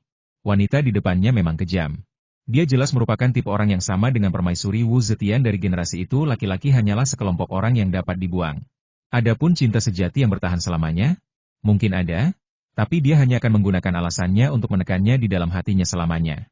Ya, aku tidak menyangka suatu hari nanti aku akan bisa menjadi selir bangsawan. Hei, selir Zhao? Nama ini sangat mengejutkan. Zhao Ling menyentuh dagunya dan memandang Yang Yuerong sambil berpikir. Ketika wanita ini mengatakan ini, dia jelas ingin bekerja sama dengannya untuk menangani Meng Yugui. Selir kekaisaran sungguh luar biasa cantik. Ngomong-ngomong, kamu memberitahuku bahwa brankas rumah lelang Shengxi dicuri. Mungkinkah itu kesalahan Meng Yugui? Zhao Ling memikirkannya sejenak dan tiba-tiba bertanya. Yang Yuerong terkejut dan berkata sambil tersenyum, kamu benar-benar pintar. Haha, tebakanmu benar. Meng Yugui selalu ingin membeli saham di rumah lelang Shengxi. Tapi sayangnya saya tidak pernah setuju. Jadi kali ini dia hanya menyewa sekelompok pencuri mencuri uang. Semua perhiasan yang akan dipamerkan di pameran akan dicuri, jadi kerugian langsung saya akan lebih dari 100 juta. Belum lagi hilangnya kepercayaan pelanggan yang tersembunyi. Saya tidak akan menyetujui investasinya meskipun saya tidak mau. Begitukah? Zhao Ling merenung dalam benaknya, dan rencana buruk perlahan-lahan mulai terbentuk. Rencana ini dibagi menjadi 4 langkah. Langkah pertama adalah membuat Anda mengalahkan rintangan. Langkah kedua adalah menakut-nakuti Anda hingga terkena skizofrenia. Langkah ketiga adalah menyapa semua orang. Langkah keempat adalah bermain dan hidup Anda akan lebih buruk dari kematian. Semakin Zhao Ling memikirkan rencana ini, semakin bahagia perasaannya, sehingga tanpa disadari, senyuman cabul dan menyeramkan muncul di wajahnya. Yang Yuerong tiba-tiba bergidik. Dia tidak tahu kenapa, tetapi ketika dia melihat senyuman di wajah Zhao Ling, meskipun dia mengira dia kejam, dia secara naluriah merasakan hawa dingin di punggungnya. Apa yang sebenarnya direncanakan orang ini? Mengapa Anda merasa sedikit tidak nyaman bekerja dengannya? Bentak. Zhao Ling menjentikan jarinya dan tiba-tiba bertanya dengan penuh minat, adik cantik, di mana foto dan informasi tentang perhiasan itu? Ngomong-ngomong, kapan pamerannya akan diadakan? Seminggu kemudian. Yang Yuerong tanpa aneh saya berkata, mengapa kamu tersenyum begitu murahan? Apa yang kamu rencanakan? Kamu punya lebih dari cukup waktu. Ingatlah untuk memberiku foto dan informasinya. Jangan khawatir, aku jamin kamu akan mendapatkan semua manfaat yang kamu inginkan. Tunggu saja sampai pria Meng Yugui itu bernasib buruk. Zhao Ling menggosok tangannya dengan bangga dan tiba-tiba menunjukkan gigi putihnya. Hei, adik cantik. Kemana kamu akan pergi malam ini? Rumahmu atau rumahku? Melihat wajah tersenyum malang di depannya, Yang Yuerong menjadi sangat marah. Dia mengertakkan gigi dan tiba-tiba menendang pergi. Bajingan, aku tidak tertarik malam ini. Tidak. Betapa sepinya sendirian. Lihat. Zhao Ling masih ingin berjuang untuk kebahagiaan. Tetapi ketika dia melihat kemarahan yang semakin besar di mata Yang Yuerong, dia segera menutup mulutnya, dan kemudian berlari ke dalam mobil bersama suara yang menusuk. Kenapa kamu begitu marah padahal tidak ada apa-apa? Tidak bisa dijelaskan. Seminggu berlalu. Di klub malam Phoenix, Meng Yugui sedang duduk di sofa di kantor. Alisnya berkerut seolah dia mengkhawatirkan sesuatu. Aneh. Latar belakang anak itu lebih bersih dari selembar kertas kosong. Dia tidak terlihat seperti orang yang putus asa. Tapi, Meng Yugui menggosok pelipisnya dengan kedua tangan dan merasakan sakit kepala. Dia telah meminta anak buahnya untuk memeriksa detail Zhao Ling. Tetapi mereka menemukan bahwa anak laki-laki ini tidak bersalah seperti orang suci pencurian kecil-kecilan. Tentu saja dia adalah teladan murid yang baik. Tapi orang yang sangat baik hati seperti itu sebenarnya mengeluarkan pistol dan granat dengan santai, dan tatapan mematikan di matanya pada saat itu sungguh menakutkan, yang benar-benar membingungkan Meng Yugui. Lupakan saja, kesampingkan urusan anak ini dulu. Pameran rumah lelang Shengxi akan segera dimulai. Meng Yugui berdiri dan mendekati rak buku. Dia membuka rak buku dengan tarikan lembut dan melihat ada kunci kata sandi di dinding di belakangnya. Dia dengan ahli memasukkan serangkaian kata sandi, dan tiba-tiba seluruh dinding berbunyi perlahan. Membuka. Jelas ada lemari besi di dalam dinding. Rak kayu mahoni penuh dengan perhiasan dan barang antik. Meng Yugui berjalan ke rak paling dalam. Di rak ini ada perhiasan yang dicuri seseorang dari Yang Yuerong. Meng Yugui mengambil untayan kalung berlian, mengaguminya dengan cermat, dan tiba-tiba tertawa bangga. Haha. Yang Yuerong, tanpa perhiasan ini, bagaimana pameranmu akan berakhir? Kamu ingin bertarung denganku? Wanita selalu wanita. Memikirkan Yang Yuerong, yang setiap gerakannya memancarkan pesona dewasa, Meng Yugui merasakan hatinya tiba-tiba menjadi panas. Dia sepertinya pernah melihat Yang Yuerong mengenakan piyama kasa, dengan patuh berpose dalam posisi menggoda di tempat tidur. Ini adalah mimpinya selama ini. Dia tahu betul bahwa dia adalah wanita seperti janda hitam. Pria manapun yang ingin menempatinya akan berakhir mati. Tapi dia tidak bisa menahan kegilaannya terhadap wanita itu. Tentu saja, selain terobsesi dengan kecantikan, Ada alasan lain mengapa Meng Yugui berusaha keras untuk mendapatkan Yang Yuerong. Dia pernah bertanya kepada peramal tentang kekayaan Yang Yuerong. Sang majikan berkata bahwa Yang Yuerong ditakdirkan untuk menjadi seorang suami, sehingga ketiga pria yang bersamanya semuanya berakhir sengsara, baik mati atau di penjara. Tapi segalanya tidak berjalan sesuai rencana. Ketika Yang Yuerong mengikuti pria keempat, takdirnya akan terbalik dan berubah menjadi takdir suami yang makmur. Obsesi Meng Yugui terhadap fisiognomi Feng Shui hampir gila. Dia sangat yakin dengan penilaian tuannya. Dia percaya bahwa selama dia bisa mendapatkan Yang Yuerong, dia pasti bisa memanfaatkan kehidupan sejahtera orang lain untuk membuat dirinya kaya di masa depan dan karirnya ke tingkat yang lebih tinggi. Jika Zhao Ling mengetahui ide ini, dia pasti akan memutar matanya dan menghela nafas. Tahayul feodal membunuh orang. Saat Meng Yugui masih bermimpi bahagia, tiba-tiba terdengar ketukan di pintu. Ia segera menutup berangkas lalu membuka pintu kantor. Seorang pemuda berbintik-bintik masuk dan berkata dengan cemas, "Bos, pameran akan diadakan seperti biasa, dan semua perhiasan telah dipajang. Tidak ada satupun yang hilang." "Tidak mungkin. Dari mana Yang Yuerong mendapatkan perhiasan itu?" Meng Yugui berteriak tidak percaya. Pemuda berbintik-bintik itu berkata dengan wajah terkulai, "Bos, itu benar. Saudara-saudara sudah menyelinap masuk dan melihatnya. Benar-benar tidak ada satupun perhiasan yang hilang." Meng Yugui mengerutkan kening dan merenung sejenak, lalu tiba-tiba mencibir, semua perhiasan di pameran dipajang melalui jendela kaca. Yang Yuerong pasti punya beberapa perhiasan palsu dan ingin melewatinya. Ayo pergi dan ambil lihat. Kami tidak akan membeberkannya. Bukankah pekerjaannya sia-sia?" Ketika Meng Yugui dan beberapa anak buahnya bergegas ke rumah lelang Shengxi, ratusan orang sudah berada di ruang pameran. "Haha, Tuan Meng, apakah Anda di sini juga? Saudara Meng, kamu tidak punya masalah dengan Yang Yuerong. Mengapa kamu di sini untuk mendukungnya hari ini?" "Haha, sesama bos, pusat perbelanjaan tetaplah pusat perbelanjaan. Tidak peduli seberapa keras kamu bekerja, kamu tetap harus berinteraksi satu sama lain secara pribadi. Selain itu, berapa banyak pria yang bisa menahan pesona Yang Yuerong?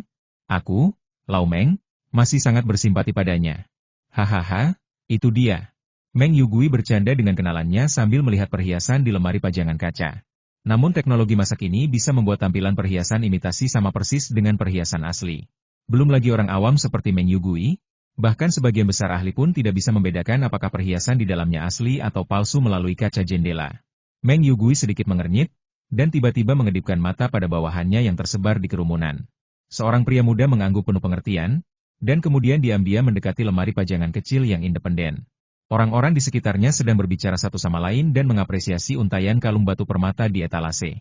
Pemuda itu sedang berjalan ketika dia tiba-tiba tersandung sesuatu dan jatuh ke arah etalase. "Ah!" Dia berteriak dengan gigi dan cakarnya, dan mendorong dengan kuat dengan kedua tangannya. Lemari pajangan kecil independen yang tingginya kurang dari setengah orang didorong ke bawah olehnya. Kaca lemari pajangan itu jatuh ke tanah dan langsung pecah ke tanah. Pemuda itu mengambil kalung permata itu dan berteriak dengan panik, maafkan aku tidak bersungguh-sungguh." "Sungguh? Kamu lihat kalung itu tidak rusak?" "Hah?" Tiba-tiba mata pemuda itu terbelalak kaget, ia berpura-pura memeriksa kalung itu dengan cermat, dan langsung berteriak dengan marah, "Kalung ini palsu. Ayo lihat, rumah lelang Shengxi menipu kita dengan perhiasan palsu." Semua orang berkumpul dengan tergesa-gesa, dan semua orang membicarakannya. Bagaimana mungkin? Rumah lelang Shengxi selalu memiliki reputasi yang baik. Seharusnya tidak membodohi orang dengan perhiasan palsu, bukan? Bagaimana tidak mungkin? Lihat sendiri, ini perhiasan palsu. Pemuda itu menunjukkan kalung itu kepada semua orang dengan marah, tampak seperti pemuda yang penuh gairah dan pemarah yang telah ditipu. Saat itu, beberapa petugas keamanan masuk dan mengambil kalung permata dari tangan pemuda itu. "Apa yang kamu lakukan? Apakah kamu marah karena saya membeberkannya?"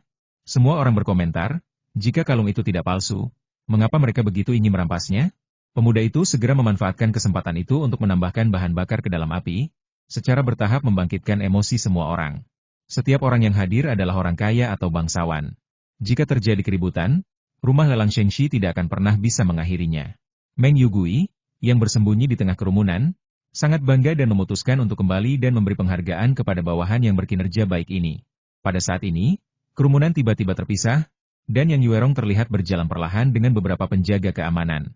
Mata wanita itu begitu dingin dan agung sehingga hampir mustahil untuk melihat langsung ke arahnya. Yang Yuerong tidak merasa gugup sama sekali, karena semuanya hari ini sesuai dengan harapannya dan Zhao Ling. Orang itu, Zhao Ling, juga menyebutkan rencana hari ini, kamu akan dipukuli dengan telur terbang. Namanya jelek sekali. Oke, saya tidak tahu apa yang dipikirkan orang itu. Tapi yang paling mengejutkan Yang Yuerong adalah perhiasan yang saat ini ditempatkan di lemari pajangan. Dia benar-benar tidak menyangka Zhao Ling akan menyalin semua perhiasan itu dalam 2 hari.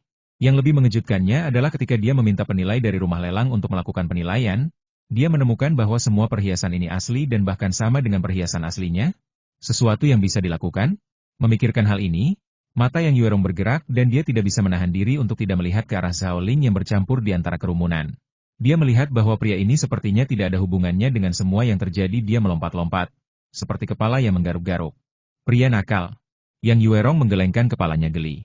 Dia berjalan di antara kerumunan, mengambil kalung permata dari penjaga keamanan, dan memandang pemuda pembuat onar itu sambil setengah tersenyum. Kamu bilang kalung ini palsu? Kaki pemuda itu sedikit gemetar.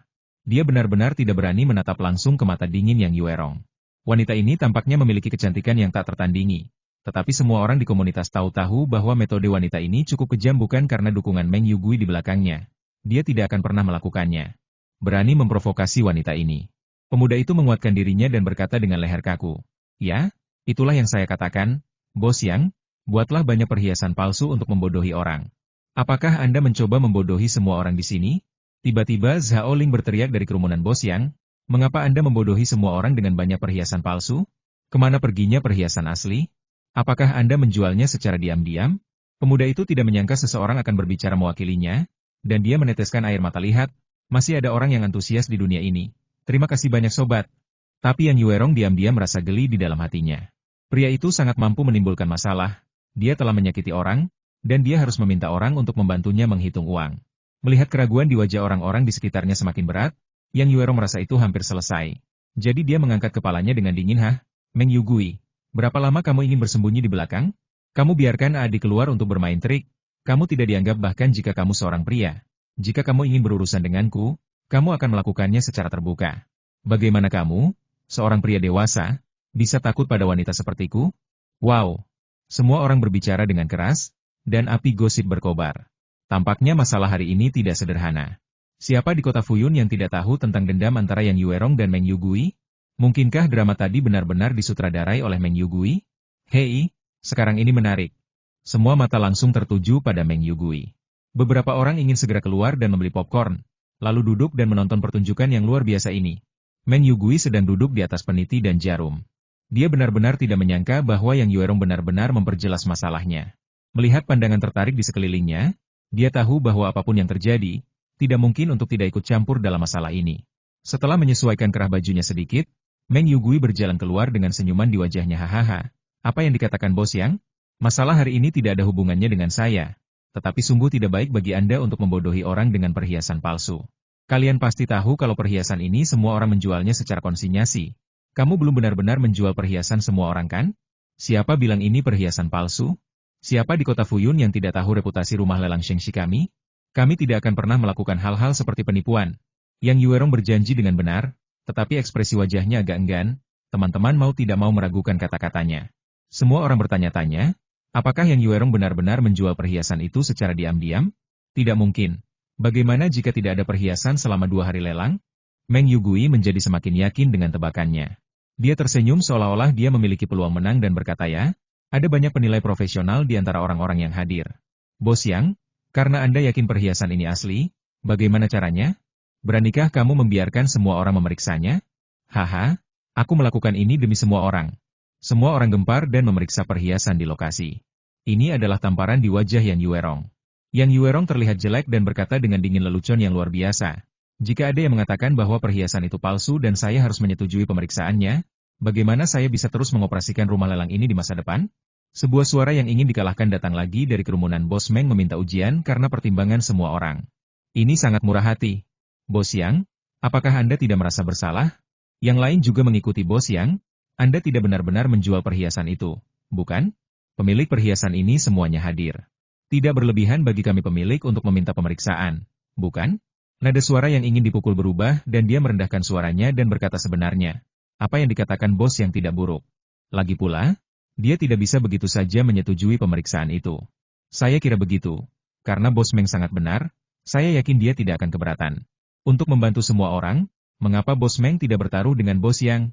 Bagaimana cara bertaruh? Seseorang menggema. Sederhana, bukankah Bos Meng memiliki 60% saham Phoenix Entertainment City? Jika perhiasan itu asli, maka Bos Meng akan memberikan 60% sahamnya kepada bos yang secara gratis. Bos yang harus memberikan 60% saham rumah lelang Shengxi kepada Bos Meng. Oke, ini ide yang bagus. Bos Meng baru saja mengatakan bahwa dia akan mempertimbangkan semua orang. Anda sangat setia. Saya yakin Anda tidak keberatan membuat taruhan ini, bukan? Semua orang membuat keributan. Harus dikatakan bahwa ada banyak orang yang suka memasang bibit pada akhir-akhir ini. Kali ini, Meng Yugui tampil di atas panggung di masa depan dia akan berada di dalam lingkaran. Saya pasti tidak akan bisa mengangkat kepala saya. Wajah Meng Yugui kaku, merasa segalanya di luar kendali. Dia mengertakkan gigi dan mengamati kerumunan, ingin menemukan orang yang mengusulkan taruhan dan memakannya hidup-hidup. Bos Meng, menurutku ini ide yang bagus. Bagaimana menurutmu? Apakah kamu, seorang pria dewasa, berani bertaruh dengan seorang gadis kecil? Yang Yuerong memandang Meng Yugui dengan ekspresi jijik di wajahnya. Seolah-olah ingin katakan apakah kamu laki-laki? Bukankah itu mungkin? Seorang pria tidak boleh mengatakan tidak, apalagi di depan wanita yang ingin dimilikinya. Meng Yugui mengangkat kepalanya. Oke, saya akan bertaruh dengan Anda. Bos Yang, dia tidak pernah percaya Yang Yuerong bisa meniru semua perhiasan hanya dalam 1 minggu. Dan bahkan jika itu bisa ditiru, yang palsu tetaplah palsu. Tidak peduli seberapa mirip tiruannya, akan selalu ada kekurangannya untuk menyembunyikannya dari pandangan penilai profesional. Terlebih lagi, pemilik asli perhiasan tersebut ada di sini, dan mereka cukup akrab dengan perhiasan mereka. Namun demi keselamatan, ia berpikir sejenak dan menegaskan tapi saya punya permintaan, yaitu semua perhiasan harus diperiksa, bukan hanya kalung di tangan Anda, Bos Yang. Oke. Yang Yuerong setuju dengan gembira dan mengedipkan mata ke arah Zhao Ling di antara kerumunan, menunjukkan bahwa rencananya berjalan dengan baik. Alhasil, pria itu menyeringai kegirangan, lalu membuka mulutnya dan berkata tanpa berkata-kata cantik, di mana kita akan merayakannya malam ini? Menjijikan, pria mesum. Yang Yuerong meludah diam-diam, tapi wajahnya tidak bisa menahan diri untuk tidak memerah. Di bawah kesaksian semua orang, Yang Yuerong dan Meng Yugui menandatangani taruhan, dan kemudian Yang Yuerong meminta penjaga keamanan untuk mengeluarkan semua perhiasan dan membiarkannya diperiksa oleh beberapa penilai profesional. Meng Yugui melihat sekeliling dan melihat bahwa tidak ada yang memperhatikan. Jadi dia merendahkan suaranya dan mengancam saudari Yuerong, kamu tidak tahu apa yang aku pikirkan. Selama kamu dapat memuaskan keinginanku, aku akan segera mengakui kekalahan dan biarkan mereka menghentikan eksperimennya. Dengan cara ini, papan nama rumah lelang Shengxi dapat diselamatkan. Bagaimana menurut Anda? Tidak terlalu bagus. Haha, Bos Meng, aku menunggumu memberiku Phoenix Entertainment City. Kamu pembicara yang tangguh, aku ingin melihat apa yang terjadi selanjutnya. Meng Yugui mencibir dan berhenti berbicara. Setelah beberapa saat, beberapa penilai akhirnya menyelesaikan pemeriksaannya, dan mereka mengirimkan seorang lelaki tua berambut putih sebagai perwakilan mereka. Jadi di bawah tatapan penuh semangat semua orang dan mata bangga Meng Yugui, lelaki tua itu tersenyum dan berkata kepada Yang Yuerong, haha, Bos Yang, Anda sangat teliti dalam bisnis, semua perhiasan ini asli. Meng Yugui tercengang, ekspresi bangganya langsung membeku di wajahnya, dan tiba-tiba dia berteriak tidak mungkin. Bagaimana perhiasan ini bisa asli? Saya jelas punya. Bos Meng, apa yang ingin Anda katakan? Yang Yuerong tersenyum seperti rubah saat ini. Dia menjabat taruhan di tangannya. Haha. Terima kasih banyak atas kemurahan hati Anda, Bos Meng. Saya akan mengirim seseorang untuk mengambilnya atas Phoenix Entertainment City sesegera mungkin. Saya harap Anda dapat bersiap lebih awal. Pada saat ini, pemilik asli beberapa perhiasan juga melapor, dan mereka semua memastikan bahwa itu adalah perhiasan mereka. Wajah Meng Yugui menjadi gelap. Dia tidak tahu bagaimana Yang Yuerong bisa menghasilkan perhiasan asli. Dan bahkan pemilik perhiasan itu tidak tahu apakah itu asli atau palsu. Dia merasa seperti badut saat ini. Semua orang memandangnya seperti orang bodoh. Penampilan ini sepertinya mengejeknya karena sangat bodoh dan kehilangan Phoenix Entertainment City karena Yang Yuerong dengan sia-sia. Bos Yang, trik yang bagus. Kamu menang hari ini, tapi kita lihat saja nanti. Meng Yugui merasa jika dia tinggal lebih lama lagi, dia hampir bunuh diri. Jadi dia meninggalkan kata-kata kasar, berbalik dan pergi. Di rumah lelang, beberapa anak buahnya langsung mengikutinya dengan putus asa. Semua orang tertawa diam-diam, tapi untungnya, tidak ada yang benar-benar tertawa terbahak-bahak, yang akhirnya menyelamatkan muka Meng Yugui. Tapi saat semua orang memberi selamat kepada Yang Yuerong karena memenangkan klub malam, tiba-tiba terdengar suara ledakan keras di luar. Di tempat parkir, Meng Yugui dan beberapa anak buahnya berdiri di samping sebuah Mercedes-Benz. Tapi yang mengejutkan semua orang adalah pintu belakang Mercedes-Benz itu benar-benar jatuh ke tanah. Sepertinya Meng Yugui hendak membuka pintu, tapi dia menarik seluruh pintunya ke bawah. Yang Yuerong, seperti orang lain, sedikit bingung dengan perubahan mendadak ini bagaimana pintu mobil bisa lepas begitu mudah. Tiba-tiba dia menyadari bahwa Zhao Ling sedang mendekatinya. Pria itu berteriak sekuat tenaga, Bos Meng. Mercedes-Benz Anda adalah impor paralel. Terlalu lemah. Semua orang tidak bisa menahan tawa. Dan Yang Yuerong memutar matanya karena geli. Meng Yugui sangat marah, mengumpat dan meminta anak buahnya untuk memperbaiki mobil, lalu masuk ke mobil lain. Namun sebelum ia menyalakan mobil dan berjalan sejauh 2 meter, tiba-tiba terdengar 4 suara keras bang, bang, bang, bang. Saya melihat keempat ban mobil meledak secara bersamaan. Semua orang tercengang, ini sepertinya terlalu sial. Dan kemudian mereka tidak dapat menahannya lagi. Dan mereka semua tertawa terbahak-bahak. Hahaha. Tidak, ini lucu sekali. Perutku sakit karena tertawa. Bos Meng, saya pikir Anda sedang mengalami kesialan. Sebaiknya Anda mencari ahli Feng Shui dan bertanya. Hehe, Meng Yugui sangat malu hari ini. Yang Yuerong tiba-tiba menyentuh Zhao Ling dengan sikunya, kamu punya banyak tipuan. Apakah ini ulahmu? Meng Yugui benar-benar dibuat kacau olehmu hari ini. Zhao Ling menyeringai begitu keras sehingga dia berkata dengan jujur, bukan urusan saya jika mobilnya mogok. Anda tidak dapat menuduh saya dengan tidak adil dan Anda harus membayarnya. Kepercayaan iblis tidak ada hubungannya denganmu. Yang Yuerong tertawa begitu keras hingga matanya tertunduk. Pada sore hari berikutnya, Zhao Ling pergi ke rumah Yang Yuerong dengan semangat tinggi, dan memberikan pukulan keras pada Meng Yugui. Tapi merayakannya hanyalah sebuah alasan. Adapun apa yang ingin dilakukan orang ini, saya yakin siapapun mengetahuinya. Langkah pertama dari rencana tersebut telah selesai. Tentu saja, taruhan tersebut ilegal. Bisa dibayangkan jika Yang Yuerong mengambil alih Phoenix Night Club sekarang, dia akan diblokir oleh Meng Yugui dengan segala cara, atau bahkan langsung menyangkalnya. Tapi Zhao Ling tidak mempedulikan hal ini. Rencana pertamanya adalah membantu Yang Yuerong sukses membuka pameran dan membuat Meng Yugui kehilangan muka di depan umum telah menjadi bahan tertawaan setelah makan malam. Terlebih lagi, ini hanya hidangan pembuka. Tetapi masih ada 3 langkah untuk membuat Zhao Ling bersenang-senang. Zhao Ling tidak memiliki tekanan psikologi sama sekali karena berkomplot melawan Meng Yugui, bajingan tua yang keji. Haha, sobat, menurutku itu hanya untuk menghilangkan kerugian bagi orang-orang. Zhao Ling mempercepat mobilnya dengan gembira. Dia tidak ingin si cantik menunggu terlalu lama. Setelah beberapa saat, Zhao Ling tiba di depan pintu villa duplex. Dia memarkir mobil dan mengetuk pintu villa dengan penuh semangat. Sial, sial, sial. Yang akan datang.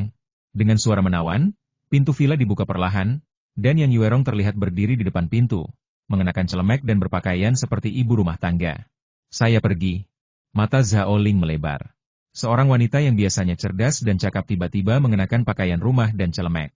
Gaya kontras ini sungguh tak tertahankan bagi pria kecil itu. Hei, Sister Yuerong, kamu sangat merindukanku. Zhao Ling membuka tangannya dan ingin naik dan memeluk kecantikan itu. Tiba-tiba, pisau dapur terangkat di depannya. Yang Yuerong mengerahkan jarinya ke dahi Zhao Ling dan tersenyum genit, dasar mesum, jangan berpikir untuk menimbulkan masalah. Kemarilah dan bantu aku memasak dulu. Hehe, oke, ayo masak. Kakak Yuerong, letakkan pisau dapurnya dulu, benda ini membuatmu pusing. Zhao Ling menggosok tangannya dengan canggung, lalu dengan bijak masuk dan menutup pintu. Di atas meja ruang tamu telah diletakkan 5 atau 6 piring dengan berbagai ukuran, dan terlihat begitu lezat dan nikmat hingga membuat orang ngiler. Zhao Ling jelas sedang mencari masalah dan berkata, Saudari Yuerong, ini benar-benar yang kamu lakukan. Ini tidak mungkin, sebuah takut mendesis. 2 jari ramping diputar 100 kali di pinggang. Yang Yuerong berjalan ke dapur dengan tenang, bahkan jika itu dibawa pulang, kamu harus memakan semuanya sebentar lagi. Setelah banyak bekerja, makanan akhirnya siap. Zhao Ling awalnya ingin mengatakan, kamu memberi saya makan. Saya akan memberi makan kamu sambil makan. Tetapi di hadapan tatapan mata Yang Yuerong yang mengancam, dia hanya bisa duduk di sampingnya dan berperilaku sendiri. Makan saja sendiri. Harus dikatakan bahwa keterampilan memasak Yang Yuerong cukup bagus. Setelah Zhao Ling menggigitnya, dia mulai kewalahan, dan sebagian besar hidangan masuk ke perutnya. Yang Yuerong jelas sangat puas dengan penampilan Zhao Ling, sehingga matanya yang indah hampir berubah menjadi bulan sabit ketika dia tersenyum. Ngomong-ngomong, Sister Yuerong, apakah kamu sudah tahu apa yang aku minta kamu periksa? Zhao Ling mengeluarkan serbet dan menyeka mulutnya dan bertanya. Aku sudah menemukannya, dan aku akan segera memberimu informasinya. Yang Yuerong memutar matanya dengan marah, mengapa aku merasa seperti bekerja untukmu? Kamu benar-benar hantu. Menurutku kamu adalah hantu. Membuatku kecanduan melakukan sesuatu. Kerjasama, murni kerjasama. Hehe. Karena ini kerjasama, bukankah sebaiknya kamu memberitahuku apa rencanamu selanjutnya? Tidak ada gunanya mengatakannya, jadi tonton saja. Saya jamin itu akan bermanfaat bagi Anda. Zhao Ling tersenyum dan menunjukkan gigi putihnya. HMPH, ini sangat misterius, seolah-olah tidak ada yang mengetahuinya. Yang Yuerong tiba-tiba mengangkat kepalanya dengan marah. seperti gadis lugu. Momen perasaan asmara ini membuat Zhao Ling tertegun dan menghela nafas dalam hatinya. Wanita ini adalah seorang goblin. Dia pasti seorang goblin yang membunuh orang tanpa membayar nyawanya. Yang Yuerong memperhatikan mata Zhao Ling yang terbakar, dan wajahnya tiba-tiba memerah. Dia mengambil 2 piring, berdiri dan berjalan ke dapur. Saya akan mencuci piring. Kamu harus istirahat sebentar. Ini tidak baik. Untuk bergerak setelah makan. Hei, bergerak lebih sehat. Zhao Ling segera mengambil 2 mangkuk dan mengikuti dapur dengan senyuman aneh. Dia meletakkan mangkuk di lemari dan melihat Yang Yuerong berdiri di dekat wastafel, mencuci piring dengan linglung, jadi dia naik dan menempel di belakang kecantikan itu, mengulurkan tangannya dan memeluk pinggang ramping Buing. Jangan membuat masalah, aku tidak melihat orang mencuci piring. Kenapa kamu mencuci piring? Hehe, ayo kita lakukan hal lain dulu. Kakak Yuerong, kamu cantik sekali. Zhao Ling menghentikan wanita itu dan berlari menuju kamar tidur. Dapur, kamar tidur, ruang tamu, kamar mandi, sofa, balkon. Zhao Ling tinggal di rumah Yang Yuerong selama 2 hari berikutnya, dan keduanya terus bermain-main seperti orang gila.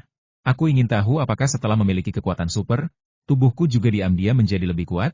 Bagaimanapun, di usia Yang Yuerong, Zhao Ling membuat seluruh tubuhnya lemah dan tidak mau menggerakkan satu jari pun.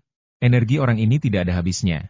Apalagi 9 kali sehari, bahkan 18 kali sehari. Pada akhirnya, bahkan Yang Yuerong tidak tahan lagi dan hampir mengusir orang cabul itu keluar rumah dengan pisau dapur. Kami, rakyat jelata, sangat bahagia hari ini.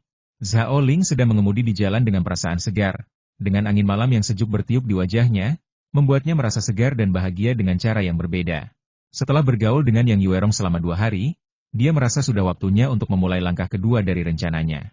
Untuk gangster seperti Meng Yugui, pasti ada lebih dari satu wanita, dan tentu saja ada lebih dari satu tempat tinggal. Untungnya, dengan energi Yang Yuerong, tidak terlalu sulit untuk menyelidiki keberadaan Meng Yugui secara diam-diam. Malam ini, Meng Yugui tinggal di komunitas Jingyang.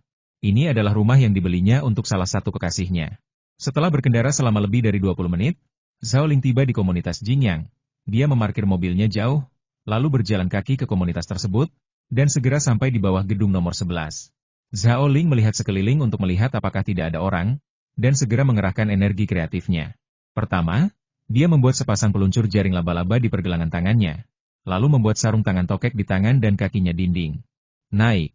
Setelah naik ke puncak gedung, dia menggunakan peluncur jaring laba-laba untuk menjalin jaring laba-laba besar di antara 2 bangunan yang berdekatan, dan kemudian menyalin laptop, yang nantinya akan digunakan untuk menerima gambar pengawasan. Lalu dia berbaring di jaring laba-laba senyaman dia berbaring di tempat tidur gantung. Hehe, langkah kedua dari rencana telah resmi dimulai. Zhao Ling tersenyum bangga dan menciptakan energi mentah, segera melewati dinding dan memasuki gedung. Ruangan gelap itu sunyi. Di tempat tidur di kamar tidur, Meng Yugui sedang tidur nyenyak dengan seorang wanita di pelukannya. Tak satu pun dari mereka menyadari bahwa cahaya oranye menembus dari dinding, dan kemudian menciptakan 7 atau 8 sinyalir kabel di berbagai sudut tersembunyi furnitur. Tik-tok. Tiba-tiba, setetes air jatuh dari atap dan mendarat di wajah Meng Yugui. Meng Yugui menyeka wajahnya saat tidur dan membalikkan tubuhnya sambil mengerang. Tik-tok. Setetes air jatuh lagi. Meng Yugui membuka matanya dengan mengantuk dan mengumpat dengan marah sial. Dari mana datangnya air itu? Dia melihat ke arah atap, dan matanya tiba-tiba melebar. Di atap yang semula berwarna putih, muncul gambar seorang wanita. Wanita itu memasang ekspresi kesal, seolah sedang membicarakan penderitaannya. Tiba-tiba, wajah wanita itu berubah dan dia langsung berubah menjadi rubah. Meng Yugui tidak bisa berkata-kata dan seluruh tubuhnya kaku. Rasa dingin menjalar ke tulang punggungnya dan ke kepalanya. Dia bergidik dan membuka mulutnya dan berteriak ngeri hantu. Di luar, Zhao Ling sedang duduk di jaring laba-laba, memegang laptop dan menonton dengan gembira. Haha. Lihat aku membuatmu takut hingga menderita skizofrenia. Dia bahkan bisa melakukan hal-hal seperti menggunakan kekuatan supernya untuk berpura-pura menjadi hantu. Wanita di sebelahnya terbangun oleh tangisan Meng Yugui dan mengumpat dengan marah, jika kamu tidak bisa tidur nyenyak, apa yang kamu lakukan? Hantu? Ada hantu di atap. Meng Yugui memandang wanita itu dengan ngeri dan berkata dengan lidah terikat. Wanita itu mendongak dan berkata dengan ragu. Apakah kamu terpesona? Tidak ada apapun di atap? Yah, bagaimana mungkin? Meng Yugui mendongak lagi dan melihat bahwa atapnya benar-benar putih dan tidak ada apa-apa sama sekali. Dia berteriak tidak percaya, tidak mungkin. Saya baru saja melihat seorang wanita di atap, dan wanita itu aku masih menangis, air mata berlinang di wajahku, lihatlah jika kamu tidak percaya. Saat dia berbicara, dia menyeka wajahnya dengan tangannya, tetapi wajahnya sangat kering saat ini. Mencurigakan, Menurutku kamu bermain-main dengan terlalu banyak wanita dan kamu merasa bersalah. Jadi ada sesuatu yang terjadi di hatimu, kan? Wanita itu mengumpat tidak puas dan langsung berbaring untuk melanjutkan tidur. Apakah aku benar-benar terpesona? Meng Yugui bergumam bingung. Dia menggelengkan kepalanya dan menarik selimutnya lalu turun dari tempat tidur. Dia sangat gugup hingga harus pergi ke toilet untuk buang air kecil. Di dalam toilet, Meng Yugui membuka dudukan toilet dan bersiul mendesis. Oh, rasanya enak sekali. Akhirnya pipis, Meng Yugui bersenandung gembira. Tiba-tiba pantat kirinya terasa sedikit gatal, sehingga ia menggaruknya dengan tangan, lalu pantat kanannya juga terasa gatal, namun tangan kanannya sibuk dan tidak bisa menggaruknya. Saat perhatiannya teralihkan oleh rasa gatal, tiba-tiba tangan ketiga diletakkan di pantatnya untuk membantunya menggaruknya. Terima kasih. Meng Yugui merasakan anusnya menegang, dan matanya langsung melebar. Siapa itu? Xiu Mei, kan? Jangan bercanda seperti itu denganku. Ia berharap tangan ekstra itu milik wanita di ranjang itu, namun sayangnya tidak ada yang menjawab di toilet, bahkan suara nafasnya hanya miliknya sendiri. Dia menoleh dengan gemetar dan melihat sebuah lengan terentang dari dinding, menggaruk pantatnya. Hantu! Meng Yugui berteriak ngeri dan duduk di tanah. Ketika dia melihat lagi, tangan itu telah menghilang. Tapi kali ini dia pasti tidak mengira itu karena dia silau, jadi dia melompat dan lari keluar toilet. Akibatnya, dia menabrak dinding transparan di pintu dengan suara bang. Hantu-hantu menabrak dinding, kelima kaki Meng Yugui gemetar pada saat bersamaan, hampir terkena serangan jantung. Kamera nirkabel mentransmisikan gambar keluar. Xiao Li melihat dan mencibir benda transparan belum tentu hantu yang menabrak dinding, mungkin juga kaca temperet. Meng Yugui sangat ketakutan hingga kakinya lemas. Dia bersandar di dinding dan meluncur ke tanah, tidak mampu berdiri. Saat ini, wanita di kamar tidur terbangun oleh teriakannya tadi, dan berjalan ke toilet sambil mengumpatku bilang kamu belum selesai. Kamu kurang tidur di tengah malam. Apa yang kamu teriakan? Tentang Hei, kenapa kamu duduk di tanah? Lengan dan kakimu sudah tua, jadi kamu tidak takut masuk angin dan merasa tidak nyaman besok? Meng Yugui sepertinya telah menggenggam sedotan penyelamat nyawa, merangkak dan memeluk paha wanita itu, sambil menangis dengan keras. Xiu Mei, kamu akhirnya sampai di sini. Kamu membuatku takut setengah mati. Kamu tidak tahu, ada tangan tadi dari tembok itu. Semakin banyak wanita itu mendengarkan, semakin aneh ekspresinya. Dia menyentuh dahi Meng Yugui dengan tangannya, dan kemudian menyentuh tangannya sendiri. Aneh. Kamu tidak demam. Kenapa kamu berbicara gila? Meng Yugui tidak peduli apa yang wanita itu gumamkan, dia hanya menangis dan berkata dengan sedih. Xiu Mei, ingat, kamu harus mengundang Tuan San ke sini besok. Aku hantu. Wanita. Keesokan harinya, seorang lelaki tua berjubah dan berjanggut diundang oleh perempuan itu. Meng Yugui duduk di tempat tidur sambil memegang selimut, dan bertanya dengan wajah pucat. Tuan San, apakah Xiu Mei sudah memberitahumu? Datang dan lihat, apakah saya telah memprovokasi sesuatu yang najis? Master San memiliki aura keabadian. Dia mengeluarkan kompas dari tasnya dan melihat sekeliling dengan serius. Setelah beberapa saat, dia menghela nafas. Bos Meng, kamu memang memprovokasi sesuatu yang najis. Ah! Meng Yugui hampir melompat kaget. Tuan San, Anda harus menyelamatkan saya. Saya? Bagaimana saya bisa memprovokasi hal-hal itu tanpa alasan? Guru San mengelus janggutnya. Saya telah memberitahu Anda sebelumnya bahwa wanita adalah sumber energi yin. Satu saja sudah cukup. Lebih banyak lagi hanya akan melukai pikiran. Anda tahu, Anda tidak mendengarkan saya. Sekarang Anda lemah dan lemah. Apakah kamu akan mendapat masalah? Tuan, saya pasti akan mendengarkan Anda di masa depan, tetapi Anda harus menyelamatkan saya.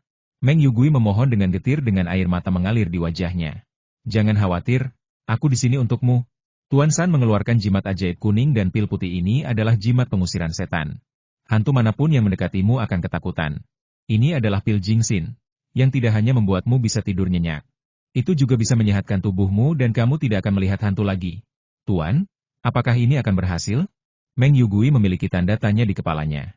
Hah, kalau percaya pasti berhasil, kalau tidak percaya tidak akan berhasil. Kamu sudah lama berurusan denganku. Apa kamu tidak tahu ini sama sekali? Tuan San memarahi dengan anggun, tapi diam-diam tertawa di dalam hatinya. Bagaimana bisa ada hantu di dunia ini? Hehe, tahayul feodal adalah suatu keharusan. Tapi tanpa orang-orang yang percaya tahayul seperti Anda, bagaimana saya, Pak Tua, bisa punya peluang menghasilkan uang? Dia berpikir sejenak dan kemudian berkata, ngomong-ngomong, Bos Meng, kamu harus memperhatikan satu hal. Karena kamu telah dibuat lemah oleh seorang wanita, tidak boleh ada wanita di rumah malam ini. Kamu mungkin juga temukan beberapa pria untuk tidur denganmu. Laki-laki adalah sumber yang ki, Anda dapat menggunakan yang ki mereka untuk melawan hantu yang kesal. Meng Yugui mengangguk dengan keras. Baiklah, saya akan mendengarkan tuannya. Saya akan meminta beberapa bawahan saya untuk menemani saya malam ini. Haha, Jangan terlalu gugup. Minumlah pil Jingsinku dan aku akan memastikan kamu tidur nyenyak. Guru San melambaikan tangannya dengan penuh keyakinan. Hei, saya memasukkan obat tidur ke dalam pil Jingsin untuk memastikan Anda tidur seperti babi mati. Malam itu, Meng Yugui menelepon 5 anak buahnya dan memerintahkan mereka untuk tidak tidur semalaman. Mereka hanya menonton TV dan bermain poker di ruang tamu, sedangkan dia kembali ke kamar tidur.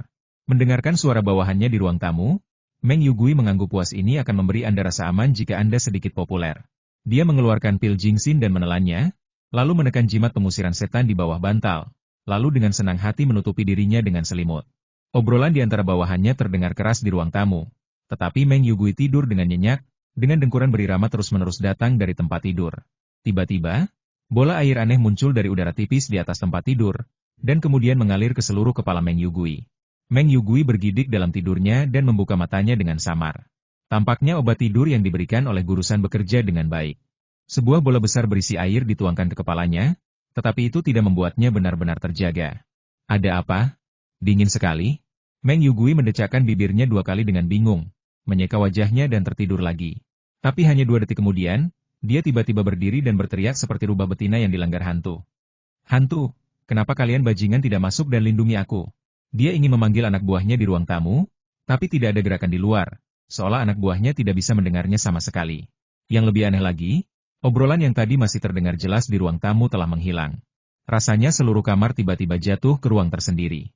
Mulut Meng Yugui bergetar, dan dia turun dari tempat tidur. Dia ingin membuka pintu kamar tidur karena ketakutan, tetapi terkejut menemukan lapisan benda transparan menghalangi bagian depan, membuatnya tidak mungkin untuk menyentuh pintu. Lagi, apakah itu hantu yang menabrak dinding lagi? Meng Yugui menjadi pucat dan menangis dengan air mata berlinang kakek hantu. Hantu leluhur, maafkan aku tidak akan pernah melakukan hal buruk lagi. Orang ini sangat ketakutan hingga dia tidak menyadari bahwa satu-satunya benda yang menghalanginya hanyalah kaca temperet. Faktanya, Zhao Ling hanya membuat 2 lapisan kaca temper di sepanjang dinding, lantai, dan atap, lalu mengalirkan udara di antara 2 lapisan kaca tersebut. Meng Yugui seolah-olah berada di ruangan kedap suara. Tidak peduli bagaimana caranya keras dia berteriak, dan bawahan di luar tidak mungkin mendengarnya. Tiba-tiba, Meng Yugui teringat akan jimat pengusiran setan. Dia segera naik kembali ke tempat tidur, mengeluarkan jimat dari bawah bantal, berteriak dan menggoyangkan jimat itu orang jahat. Saya memiliki jimat pengusiran setan yang diberikan oleh Guru San. Anda tidak boleh gunakanlah. Kemarilah, atau kamu akan hancur secara fisik dan mental. Di luar, Zhao Ling duduk santai di jaring laba-laba, mengerutkan bibir dan berkata, apakah kamu terlalu banyak menonton film penangkap hantu? Jimat pengusir setan omong kosong itu masih untuk Tuan San. Kamu tidak dapat melakukannya meskipun Raja Kera Matahari adalah di sini. Setelah itu, dia terus memanipulasi energi aslinya. Meng Yugui melihat tidak ada gerakan di dalam ruangan untuk waktu yang lama, dan dia segera menghela nafas lega untungnya. Saya memiliki jimat pengusiran setan Guru San. Hehe, lalu bagaimana dengan hantu? Saya menakuti mereka. Dia tidak menyadari bahwa tiba-tiba ada bau manis yang samar di kamar tidur, dan pada saat yang sama, lapisan zat ungu kehitaman muncul di jimat pengusiran setan. Faktanya, zat berwarna ungu kehitaman ini adalah kalium permanganat yang diproduksi oleh Zhao Ling, dan rasa manis yang samar berasal dari gliserol, yang biasa dikenal dengan gliserin. Siapapun yang mengetahui sesuatu tentang kimia tahu bahwa kalium permanganat adalah oksidan kuat. Jika bertemu dengan gliserol, ia akan mengoksidasi gliserol dan melepaskan sejumlah besar panas. Ketika panas terakumulasi sampai batas tertentu, gliserol akan terbakar. Jadi ketika Meng Yugui sangat bangga dan ingin menyingkirkan jimat pengusiran setan, nyala api tiba-tiba meledak dan seluruh jimat pengusiran setan langsung terbakar. Ah! Meng Yugui memutar matanya ketakutan dan benar-benar pingsan. Zhao Ling tercengang. Bagaimana dia bisa tetap bermain setelah dia pingsan? Kamu harus bertahan lebih lama lagi. Saudaraku, kamu belum cukup bersenang-senang.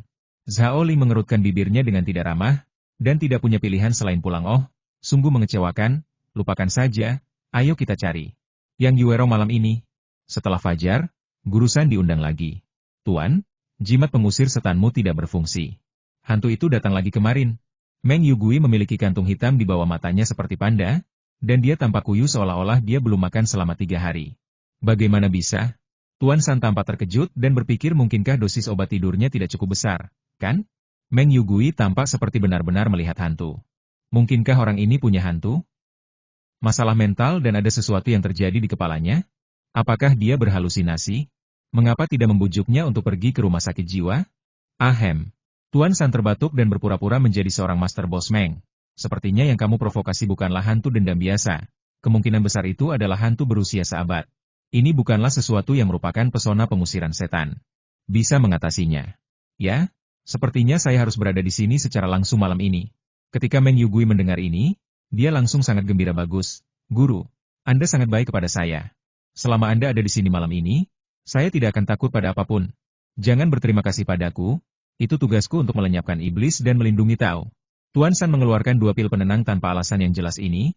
Saya akan minum 2 pil tidur malam ini. Ahem, pil penenang itu, serahkan sisanya padaku. Meng Yugui merasa seolah-olah telah menemukan harta karun. Dia memegang kedua pil itu erat-erat di tangannya dan menangis dengan rasa terima kasih. Bagus, saya akhirnya bisa tidur nyenyak malam ini. Alhasil, malam itu, suara lolongan melengking masih terdengar di langit malam hantu. Omong kosong Tuan, pembohong, kamu hanya pembohong.